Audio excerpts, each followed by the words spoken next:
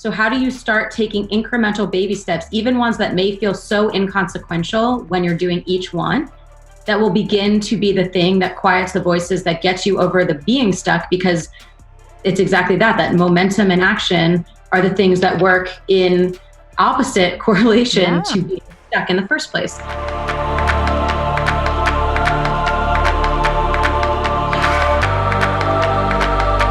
Hi, everyone, and welcome to No Limits with Kristen Andre. We are here today with Miss Darrah Brustein, who is returning to visit with us. I'm super excited about this. Thanks for joining us. Thanks for having me back. I guess I didn't bomb it the first time. You did not bomb it. You did pretty good. And I know you're like the podcast queen now. So I'm excited to have you back. All right. So last time you were here, you were about to put on your big summit, which I got to see a lot of the content to it because I did the lifetime thing, so I can pull it back up. But so how was it? I mean, tell me, what were your biggest ahas? Because you had a lot of different guests and things on there. I mean, I was shocked with the amount of content and people and work that you'd put into it. Thank you for noticing. Well, because you mentioned it when you're here. I was like, oh yeah, that's great. It's a big event. But when I really sat there and looked at the agenda and all the people that you brought in to speak, I was like, holy cow, this is a lot. Yeah, it was about 9 months of full-time work to prepare for that. And it ended up being, as you know, 3 days, all free with 45 speakers, some legendary. And many people like yourself were like, I can't take all this 20 hours of content in one sitting. They purchased the recordings to have forever as lifetime access. But to your question, I think I was blown away by two things. One, the turnout. We had close to 10,000 people participate. Oh, that's awesome. Thank you. And two, I was really surprised by the audience range. I was under the impression that my audience would generate a lot from where my work had come before, which is working a lot with millennials. Right. But I was shocked and really pleased to find that the audience ranged everything from teenagers to post-retirees who were either so early in their journey that they were feeling like, let me figure out how to intentionally design my life now and build my career to work within that and my network to support all of it. Or on the other end of the extreme, they were 75, 85 years old saying, I missed the boat and I don't want to keep missing it. This is my last chance and I'm going to focus and be intentional about this now. So that was really interesting. That didn't surprise me as much though, because I would say most of my network and friends and everything and where I fall, we're the late 40s, early 50s group. And I think part of what I appreciated about the whole workshop or the 3 days is that we were never taught this. We didn't talk about being intentional and what do you really want. We kind of went through school and went to college, and even college was different back there. I mean, when I went to college, you applied to a few schools, you got in all of them, and you just picked one. I picked the one closest to the beach. I mean, there was no intentionality around where are you going to school? What do you want to do with your life? What's your purpose? What's your why? We just didn't have that. So I'm not surprised that my demographic and everything gravitates to that.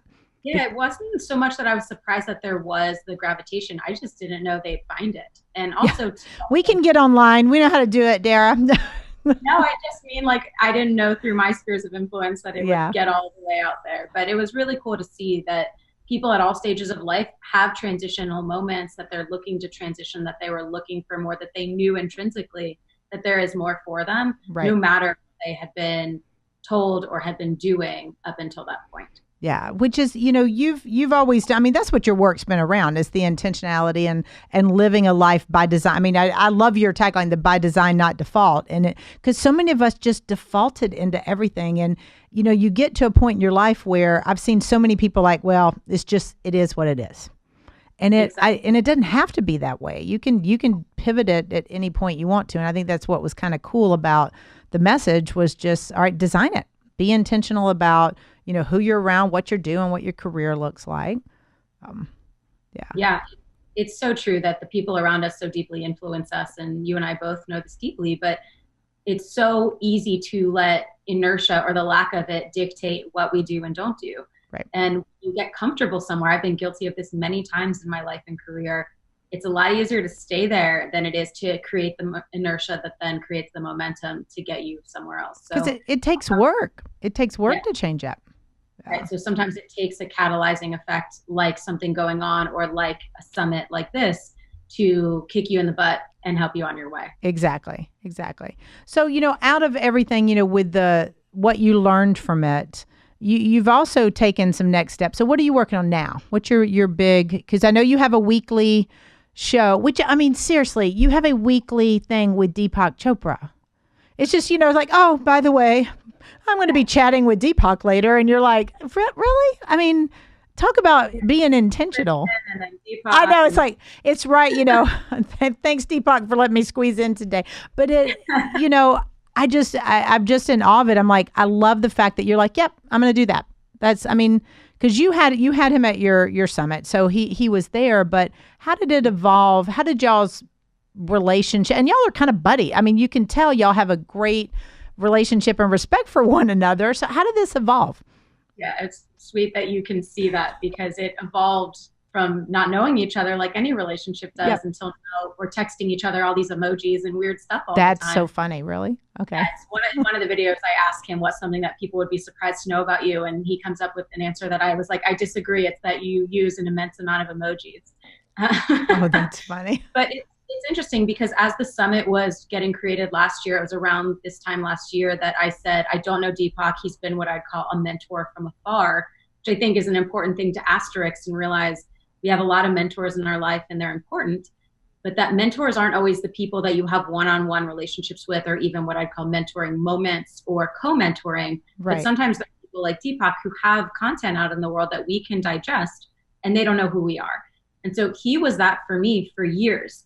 Okay. And when I went to the summit, I thought Deepak is the perfect person to be one of our keynotes, but I don't know him. But as you know, because we're friends, connection and network building is something that I'm a deep believer in. And I hope that it's true that I practice what I preach. And so I've been cultivating and pouring into my networks as a generous, giving, curious person for years and decades. So when it came time to ask and say, hey, could anyone help get me to Deepak? I was quickly introduced to his publicists who were interested, but weren't willing to say yes.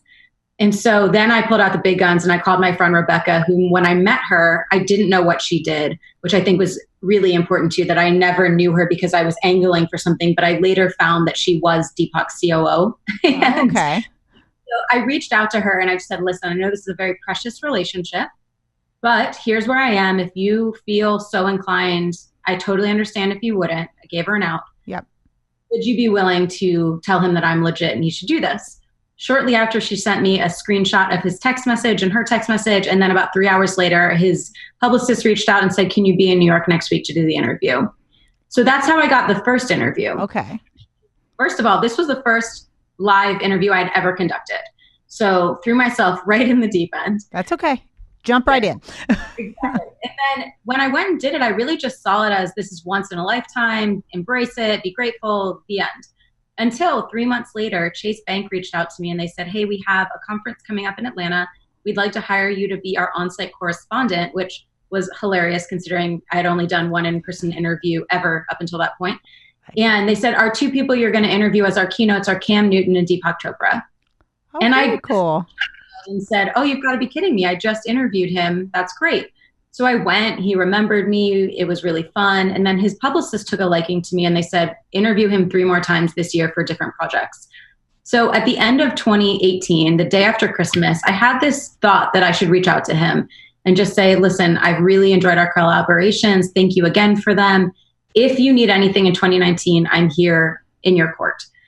And 15 minutes later, he wrote me back and he said, I've been reflecting as well. I think you can help me. My work is often considered esoteric and hard to understand, and I think you can help me translate it and make it more understandable and relatable for people. How cool is that? Great. What do you have in mind? Like this was like is this inbox? Yeah. Really?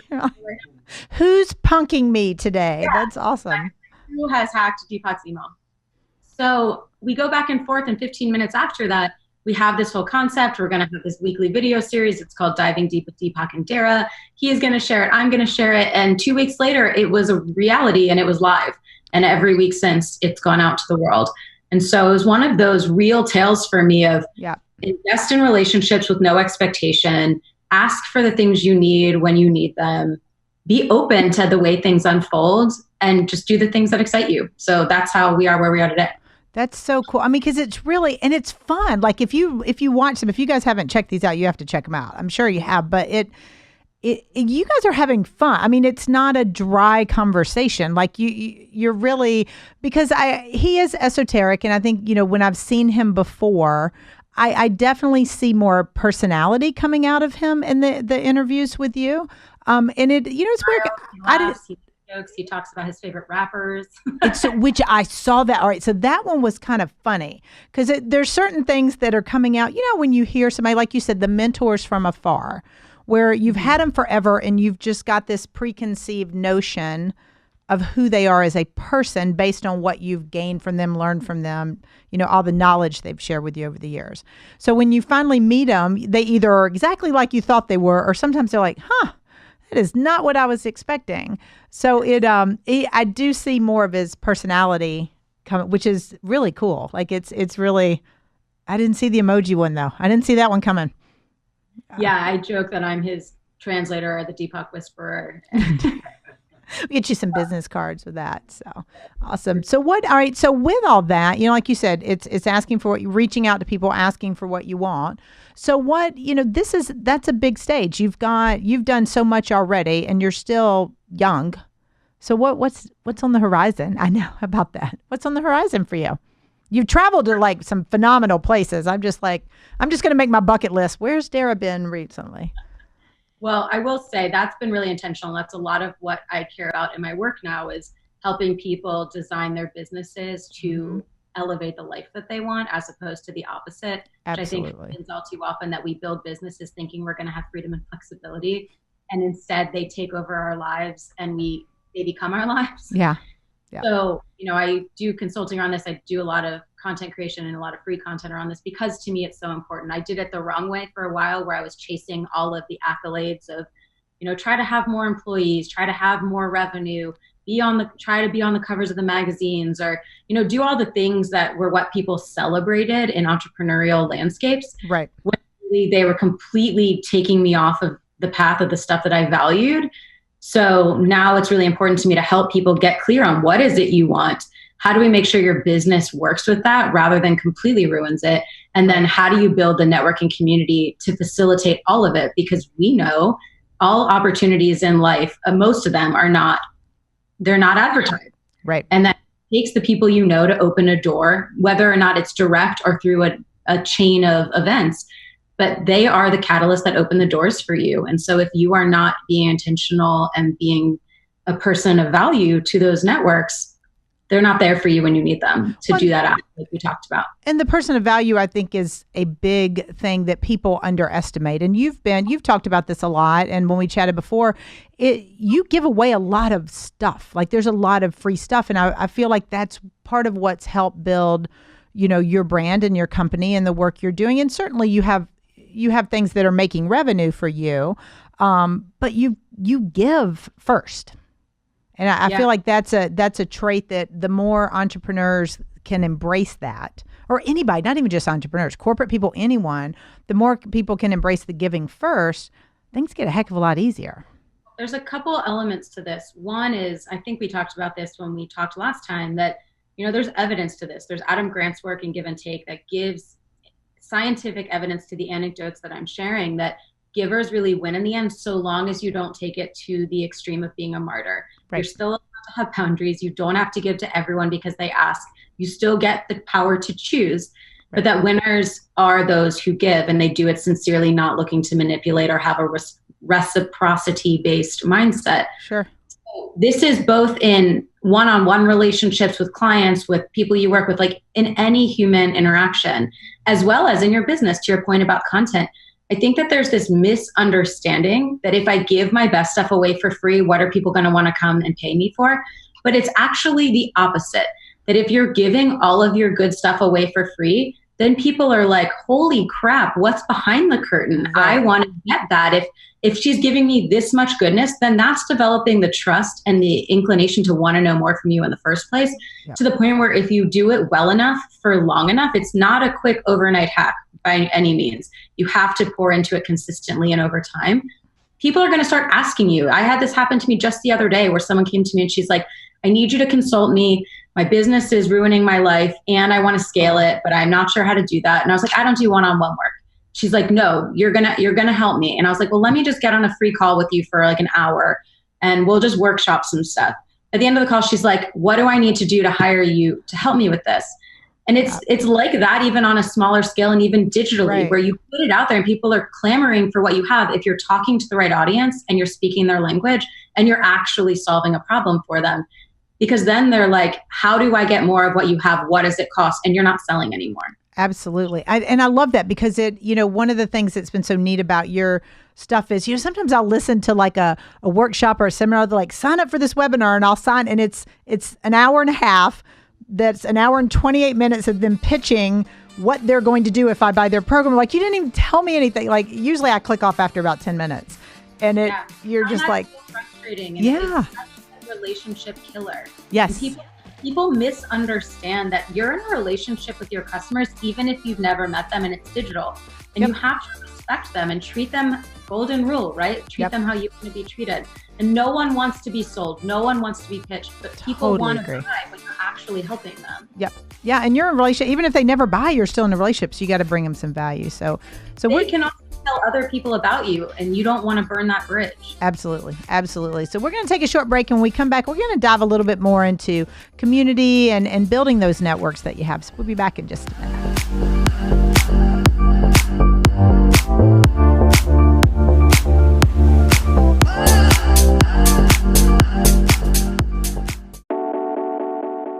Hey everyone, it's Kristen. Be sure and visit my website at www.andregroup.com. That's www.andreegroup.com. And while you're there, be sure to download my white paper, Top 10 Reasons Your Business Isn't Growing Fast Enough. Now get out there and create your no limits moment.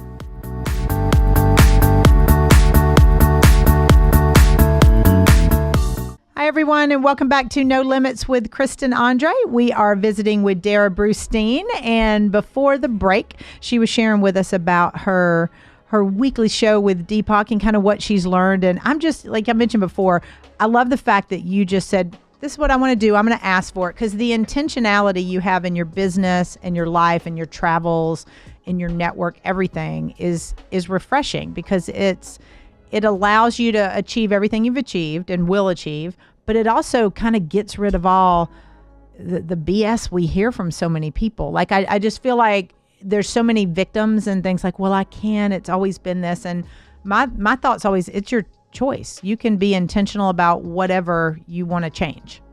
Yep. You have the choice to react to your circumstances, and it's all about the perspective you have around it. Some cases you can change your circumstances and others you can't, but it's how do you play the hand that you've been dealt? It's not, and how do you react to it? Right.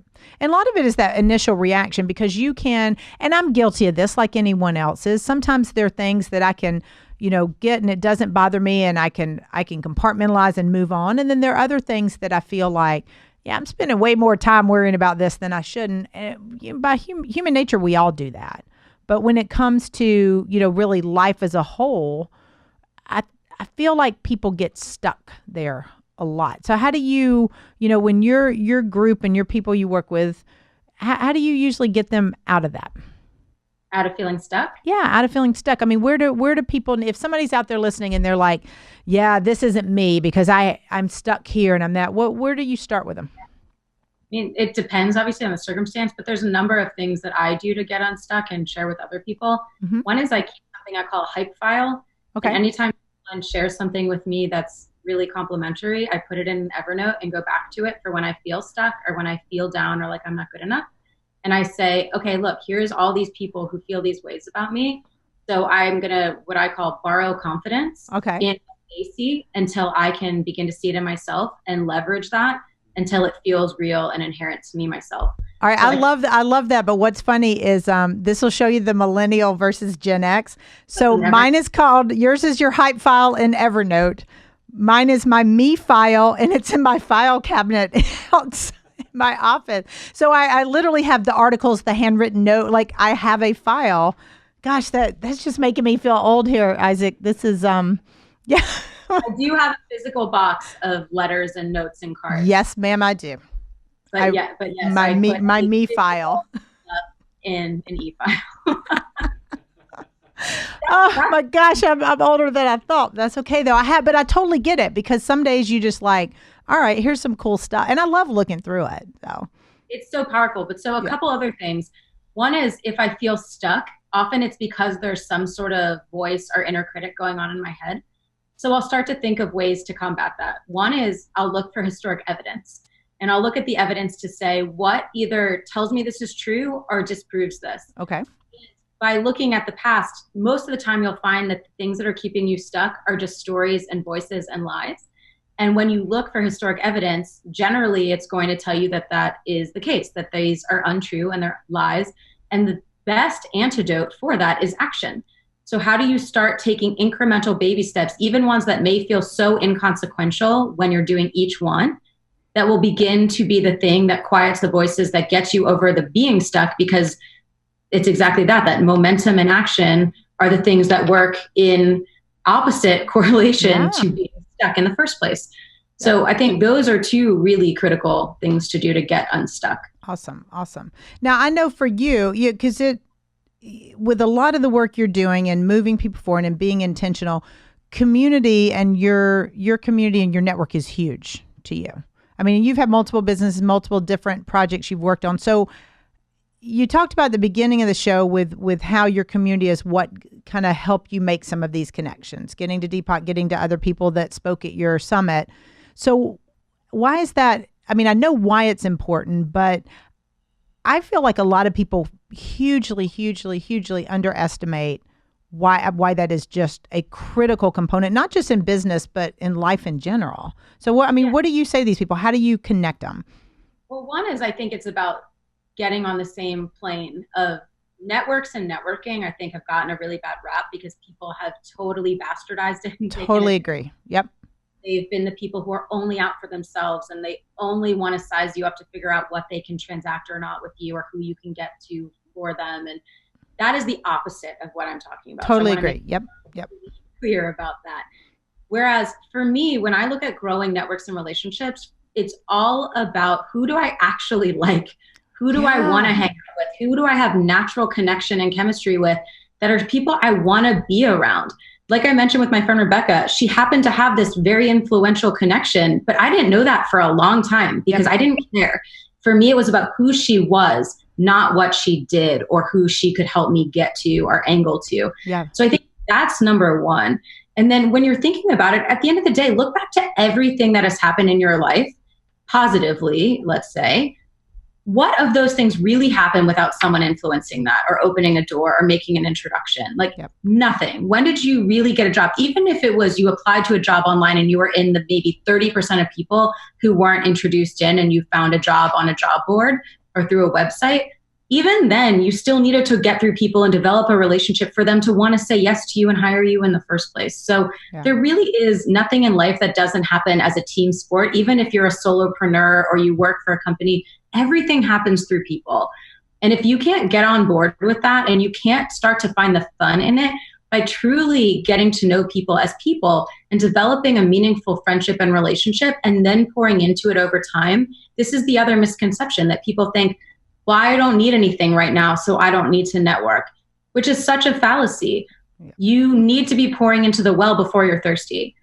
So start doing it. I million% agree. And I can't talk today. You hit on something with the fun because like I typically will tell my private clients that I work with, I want them building community because I agree with you. Networking's got a bad rap. You know, I talk about this all the time. It's just not fun. Go have fun. Find a group that you think you enjoy. And you know what I tell a lot of my clients, I'm like, go, you know, they say, well, what do I do? I'm like, meet 3 people you have a good conversation with. What do we talk about? I don't care. Just meet somebody. You know, I said, your goal is to come back with 2 to 3 people that you had a good conversation with, that you liked, that you could be like, you know, I could go grab lunch with him, drinks, coffee, whatever it is. It's just build the relationship. I could care less if they talk business at all. Like a lot of my guys are in finance. I'm like, don't talk business for the love of all things holy. I mean, that's the last thing they want to talk about. But I think if you find people you enjoy being around, then it's just fun. It's just, you know, a lot more organic. Yeah, it doesn't feel like work at that point. And for anyone who struggles with this and feels like I go to a dinner party or I go to a networking event or I go to a coffee meeting, I often feel stressed or struggling to know what to talk about. Yep. I wrote a free guide on this. It's called the 55 Best Questions to Ask to Break Yep. the Ice. You did write that. Yeah. It's been read over 1.2 million times. And it's for this exact reason that I think we all intrinsically want to be seen and known and validated, but we get really stuck in the rhythms and patterns that society tells us are appropriate conversations of what's the weather and what do you do. Yeah. But those are the worst things to start a conversation with or to try and get to really fast because they leave people feeling belittled and diminished when you only want to know what they do. So instead, I broke it down into mild, medium, and hot questions that can make it really easy for you to get into the fun and get to know someone and develop that kinship and rapport. Yep. So that from there, you can do exactly what you said, Kristen, of you can decide, did we have a great interaction so much so that I want to hop on a phone call and get to know you more, or go to lunch or invite you over, whatever the next step might be. Because that first meeting is always just the qualifier. It's, do I actually want to get to know you better? Yep. But it's not about being a jerk about it. It's, how do I actually give you an opportunity to bloom and blossom and demonstrate a bit about yourself, and me be the curious person on the other side who's going to continue to build off of that and not put the onus on you. And I think you hit it on the head right there when you said it's a meeting to figure out, do I want to get to know you better? And I feel like so many people, and why networking's got a bad rap, is when they first meet somebody, they're thinking, my goal is to figure out, how can you help me? Can you be a client? And that's not the goal. But that's where a lot of people go off the rails, is they're not focusing on, is this somebody I'd like to get to know?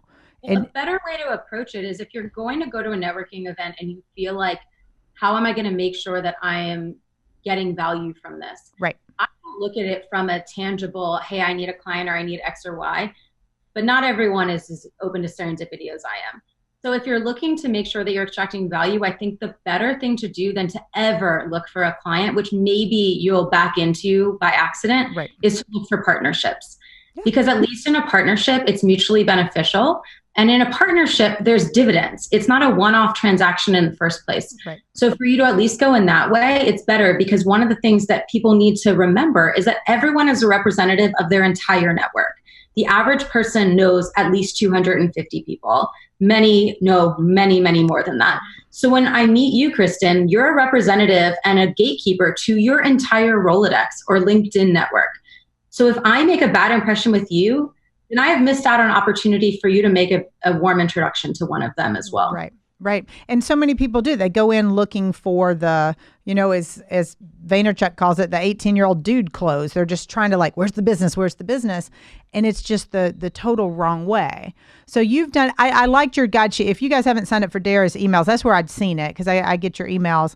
The 55, I think it was 55, you said, openers, but they were, what I thought was cool, because I clicked on that, I was intrigued by it. I was like, all right, I wonder, how many of those I've used.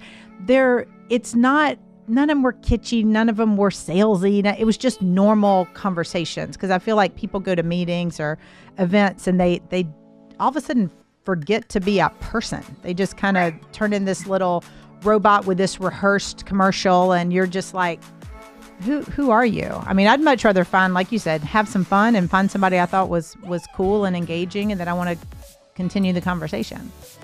Exactly. Be yourself. Exactly. And then you can do, I naturally do that. My face will tell if I am not naturally doing that. So, it's, I don't know. It's a dead giveaway if I don't like somebody, but. All right, so we're going to take another short break, and when we come back, Darrah has come up with some really cool stuff to kind of help this networking if it's something you're interested in and being able to build that in your own community. So we'll take a break, and we'll be back in just a second.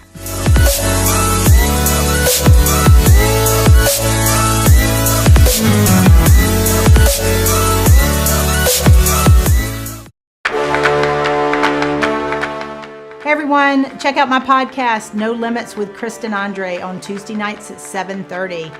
We will tackle the things holding you back and the limits you set on yourself, and equip you with some strategies to lead more intentional lives. Podcast launches every Tuesday at 7:30 p.m. on facebook.com/Andre Group. That's facebook.com/ANDREE Group. We'll see you there.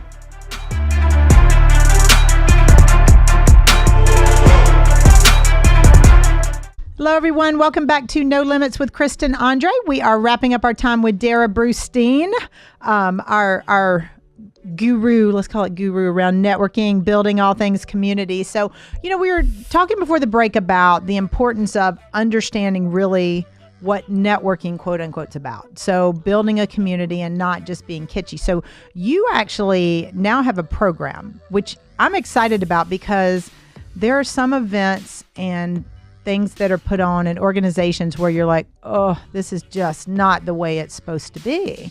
But, at the same time, you want to be able to go to good events. So you've now got kind of a networking events in a box course that you're offering. So, Yes, exactly. So tell us about this. After running Network Under 40 and Network Over 40 for the past 8 years, and then for years prior and during, creating events for schools and universities, I learned a lot about what it takes to create attractive events for people to make a sizable side income, to have it be replicable and not completely dominate your life, make it a side hustle.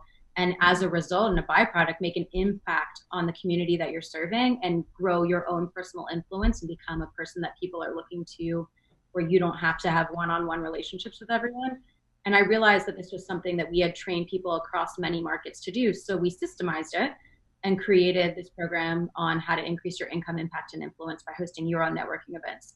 So no matter where you are, who your audience is, what your focus is, that you can take these 17 modules that are all online and self-paced and figure out for yourself, how do I do this? And there are just so many positive byproducts as a result. And frankly, it's just such a great place to be able to scale your own time and resources, that instead of me having to have 5 or 10 different one-on-ones, I can just say, hey, come meet me here. And then I'll also introduce you to all these other people, and everyone's meeting everyone along the way as well. So I think that's fantastic. So, here's what's interesting, and my question to you, I guess I'd say, is a lot of times when we think of networking, but besides the bad rap, we're thinking this is a big event. We're going to go and wear a name tag and have a speaker. But it's not necessarily that. So does your course get into not just these big speaker type of things, but all size events, all type events? Yeah, it talks everything from small scale intimate events and meal based events. Okay. To larger scale, happy hour style, or having a big space, multiple people, like large hundreds of people events. Okay. It's not about conferences. I want to make that clear. It's not about here's the ins and outs of planning a conference. Right. Retreat. It's about how do you host sort of this gamut of networking event styles. And it gives you the nitty gritty from how do you do the business side of it to getting all of your finances in order and getting all your budgeting and setting up the infrastructure, to who do you need on your team, to how do you decide on the name and the branding and all of the brand assets, to what's the run of show. And here's templates for how you get venues, how you get sponsors, email templates as well. Like it gives you soup to nuts, everything. Nice.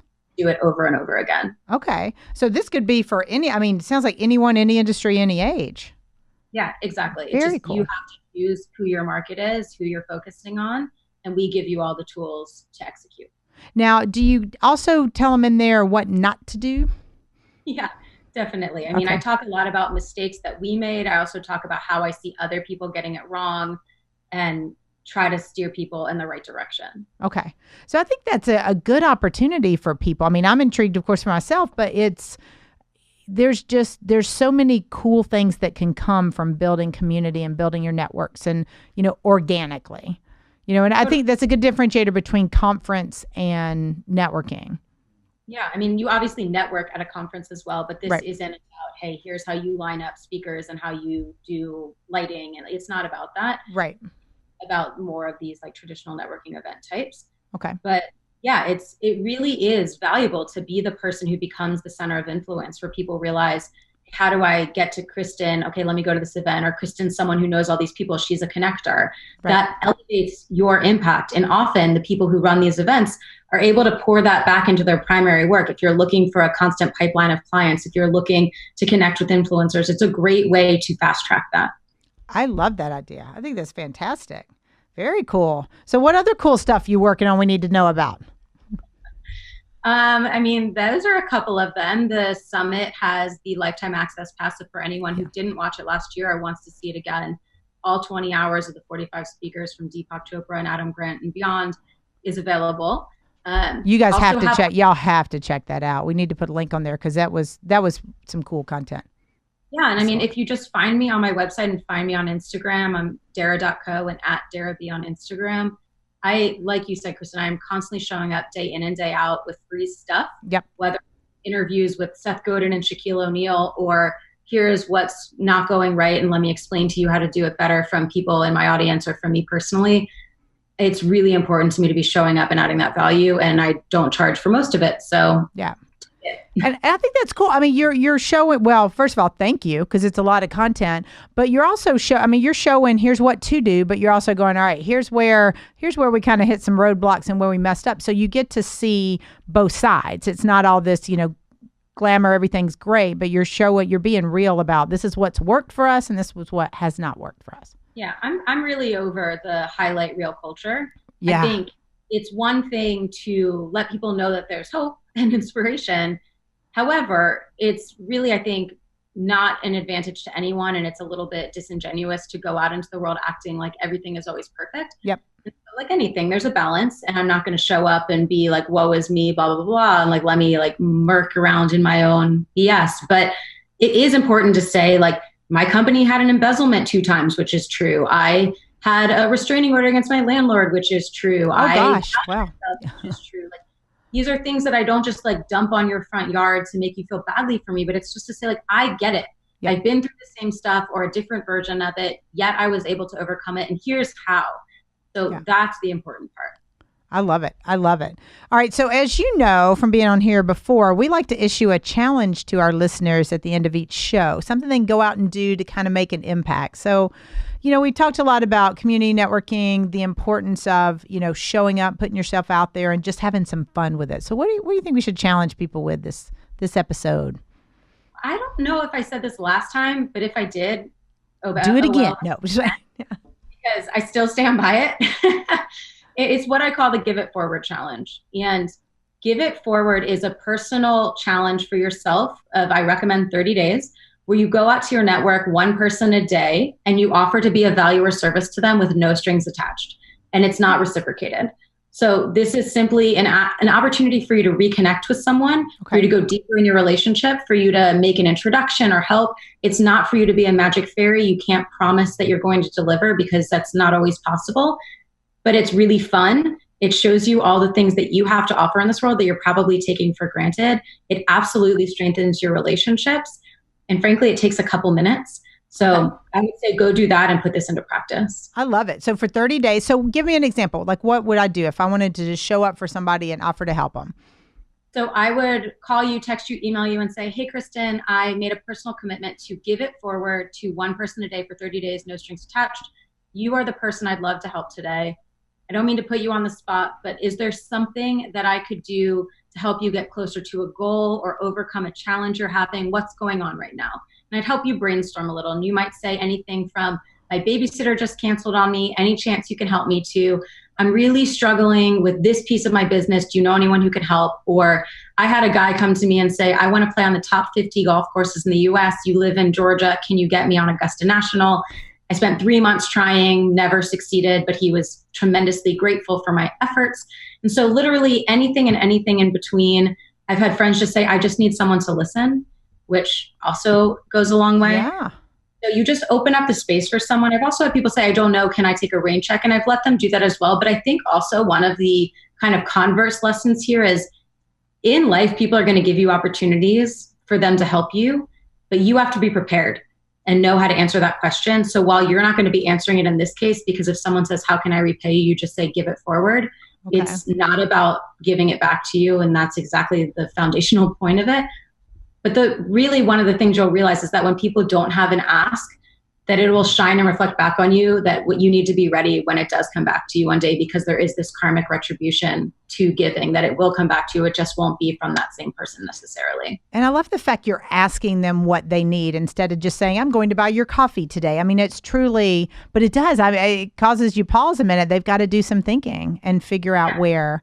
Yeah. There's no right or wrong to what the give is. Like some people do just buy people coffee. Some people will post on Facebook and say, what do you need? Yep. I prefer the one-on-one interaction because I think it's intentional and it's meaningful. It gives you that chance to engage with someone. I like that. I like that. So 30 days, paying it forward, asking somebody how you can help them today. And then no strings attached. You can, exactly. Great. Awesome. Yep. I love it. I love it. Well, you guys be sure and check out Darrah online, follow her on Instagram, get her the newsletter, because you'll get some great, great, great free content, which is fantastic. I can't wait to see what's next for you and your emoji buddy. And thank you so much for being with us. Always fun. So I appreciate you doing it. Likewise. Thanks, Kristen. All right, guys. So keep it up until next week. Keep pushing past those limits.